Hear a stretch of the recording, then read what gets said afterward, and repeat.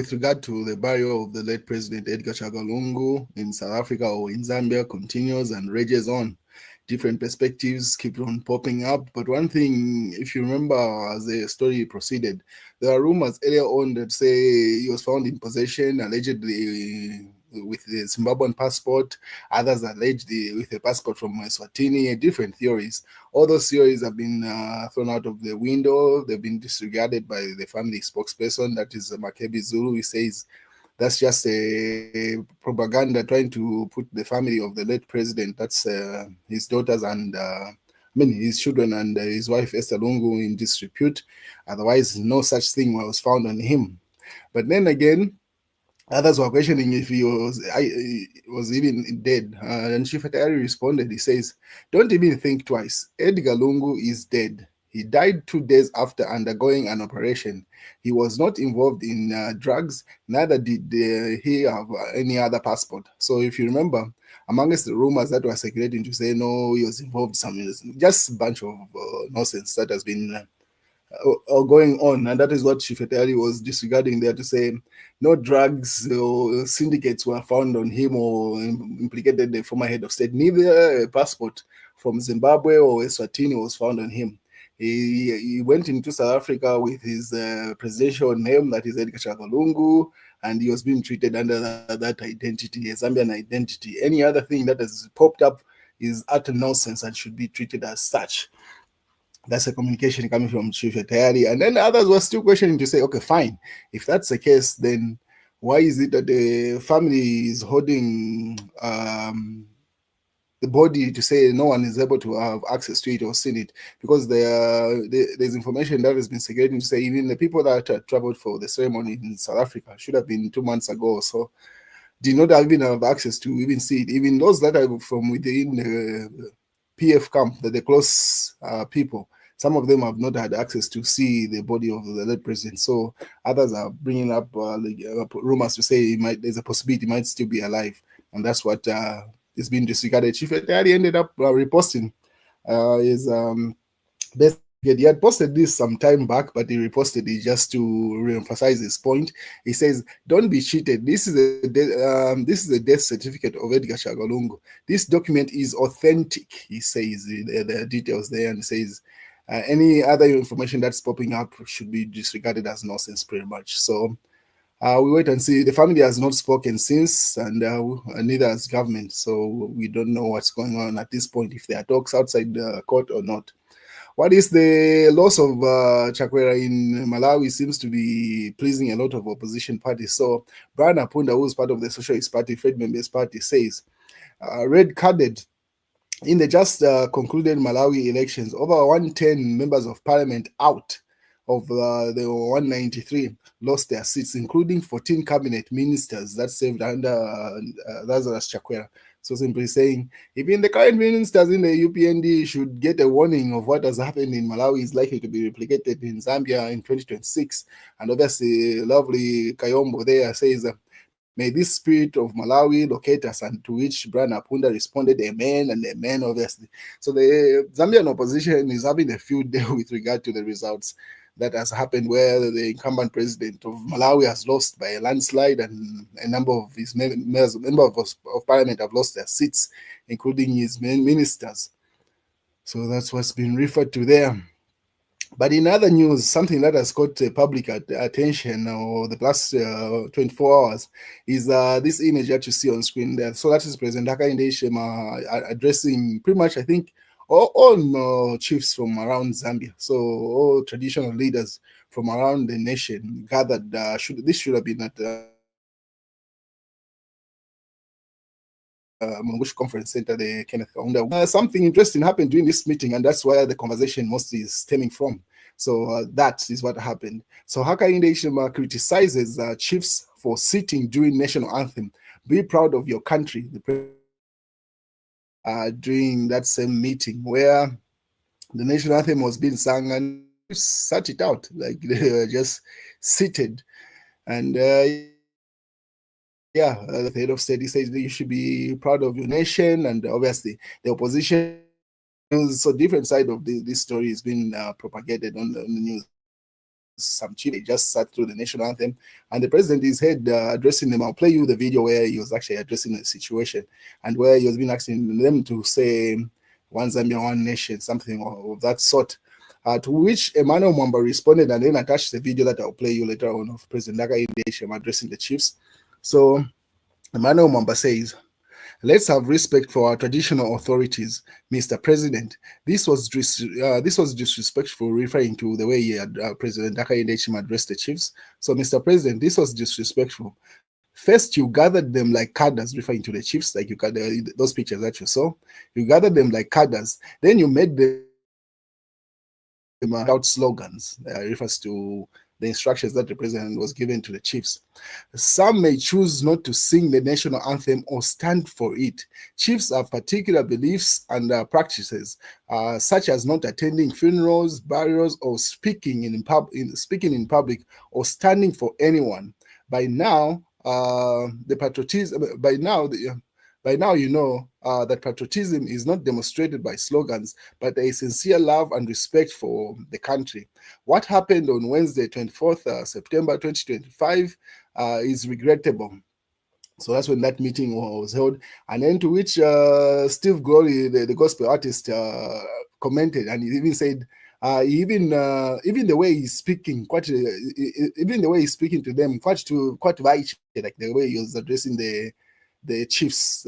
Obviously, that's a view coming from Mano Mwamba and Steve G or Steve Glory, the gospel artist.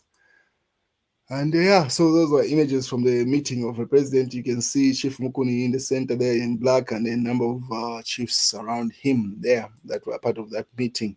And obviously, Brian Apunda weighed in also. He attached the same video of the president addressing the chiefs, and he says, "Vakateka," that's Brian Apunda, "Vakateka, forcing traditional leaders, chiefs, to shout while you are busy dividing the regional appointments and tolerating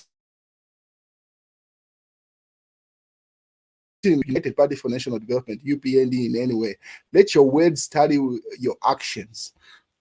Obviously, that's a view coming from an image from one of the chiefs that was present during that meeting.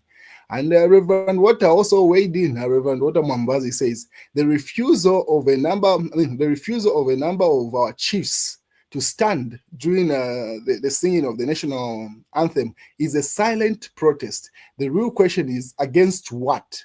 I leave that to you to judge. I have said enough. So Reverend Water says what happened during that meeting is a protest by the chiefs. They are protesting something, and he is left it to the general public to speculate. What do you think they were protesting? It's not just because they don't shout in public, or they don't sing or stand for anyone or anything in public. It's a protest, he alleges there. And obviously different comments were coming in his own post there, and he says, Nadia Kapalive Wayaka? He asked the question. These reactions are very interesting indeed. And he laughs it off. Obviously, people are having debates from different sides of the aisle with regard, is it a protest or not, or are they just following the traditions? And you can have your view as well. And then let me play you the video of when President Hakainde was addressing the chiefs, and he was asking them to be proud of the nation and to stand during the national anthem singing. And the slogans that he was referring to, Mano Mama, stand by as I play you President Hakainde's video. One nation, one people. One Zambia? No. You should be proud of your country. I noticed that the National Anthem was being sung here and some chiefs were seated. Please, we must respect our country. We must be proud of our country. So I shall repeat. One Zambia. One nation. One people. We shall repeat. One Zambia. One nation. One people. Exactly one people. When I say Zambia, we must answer one nation. One nation, one people. One Zambia? No. You should be proud of your country. I noticed that the National Anthem was being sung here and some chiefs were seated. Please, we must respect our country. We must be proud of our country. So I shall repeat, one Zambia, one nation, we shall repeat, one Zambia, one nation, exactly one people. When I say So that's what happened during that meeting. So people are having an issue with the tone of the president. Anyway, we can have your own opinion as we proceed. But on the other hand, Munia Zulu, that is should it be Lumezi, former member of parliament who lost his seat and now is in prison. Munia Zulu's state and correctional facility stripped me, opened my private parts. So Munia has sued the state and also the correctional service. He says, former Lumezi member of parliament, Munia Zulu has sued the state in Lusaka High Court, seeking declaration that its agents' actions stripped him naked and searching his private parts in front of other inmates is an abrogation of rights and protection from inhumane treatment and privacy. He laments on that. So it seems like Munia Zulu is having a bad time in prison, and that happened to him, and that's what he has sued the state over.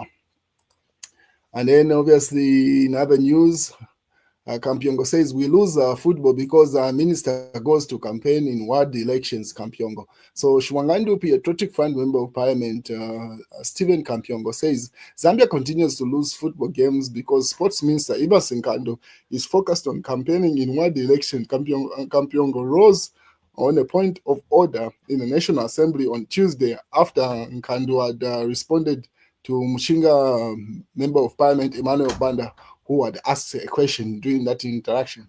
So Shwangandu, member of parliament, Kampiongo, says that's why we even lose. It's because the minister is focused on by-elections in wards and around the province.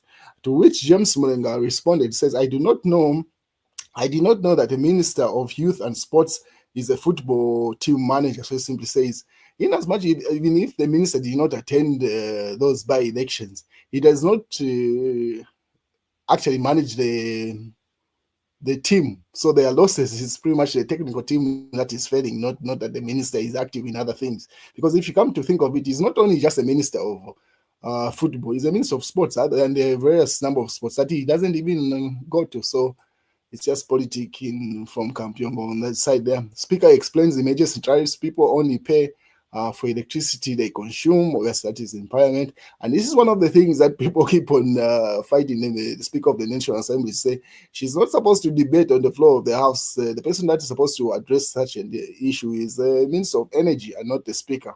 She's just supposed to pretty much, coordinate the operation of parliament, not being part of the debate, obviously, that goes on. And then in a Daily Nation, and then he says, no single tribe owns Zambia. That's an extract from Haka Nation, emphasizes that there is no ethnic group in the country that is larger than others, as he rejects this division on the ground of ethnicity, and says that unity and shall be our national development, shall be key to our national development. He says during that meeting that he had with the chiefs there. And then obviously Bill 7 in key dangers, and it's 5 key dangers, that's according to the Mass newspaper. It highlights to say bloated government, bigger costs. So he says that's one of the weaknesses of Bill 7.